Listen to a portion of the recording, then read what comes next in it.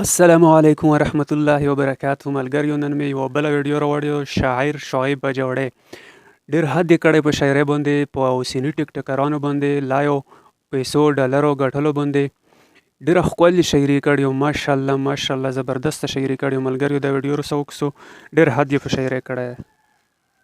نظم درته وایم دغه لایو ټیکټاکیانو ته دې ډالۍ چې دم دی که مفتي دی مولا دی که امي دی، دم دی که مفتي دی مولا دی که امي، زما ټپه زما غزل زما د قول واوري، غوږ کې د لر او بر د ټول واوري. دا منمه چې ډالر یې میلاویږي خو عزت پکې ختمیږي، ډمان پکې ګډیږي، د چا په نصیحتونو څوک ولې نه پوهیږي. څوک څه خبر دي په وړه سلیمات سره روان دي، او خبر شوم د سرونو نه مازغه روان دي.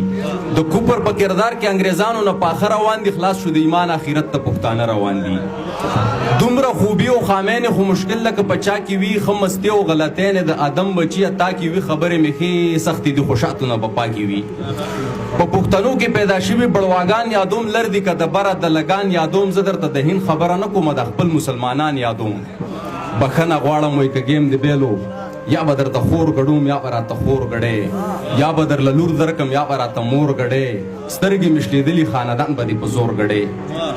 هی بیمانه ته د خپل قیمته نه یې خبر، تار تار دې که د خور د عزته نه یې خبر، سر په سجده شه ورته خره ته د مور نعمته نه یې خبر. د هغه مور د چې به سخته په تاراله دې به سا نه اخیستا، د هغه مور د چا د مرګ ذکر دې کلی به یې خندا نه اخیستا، د هغه مور د جنت یوه ټوکړه وه خو چا نه اخیستا. نو ورته وایه چې ته ښه یې که خر به درنه ښه وي، د جنت سودا دې بیله ځناور به درنه ښه وي، دا منم په خېټه موړ شو خو نهر به درنه ښه وي. نور مې تا کې څه کار نشته خو ایمان د ناروان دی، د بیمانه سړي زویه ښه ارزان د ناروان دی، په ظاهره ګټه ښکاري پټ تاوان د ناروان دی. لږ د ځانه ځان خبر که چې ته څومره قیمتي او رمګڼو حدیثونو کې ته غوره امتي، ستا دپاره به قهر ته مخامخ شي ته د داسې یو نبي.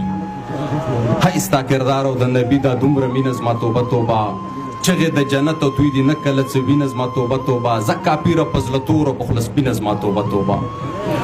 بس قصه درته لنډومه دا دی واله، نور مازغه در باندې نه خورم کلیواله، بدقسمته را روانو د تیارو نه ځان خبر که، د جنت او جهنم د قبر شپو نه ځان خبر که، خور ته خور او مور ته مور و رشتو نه ځان خبر که.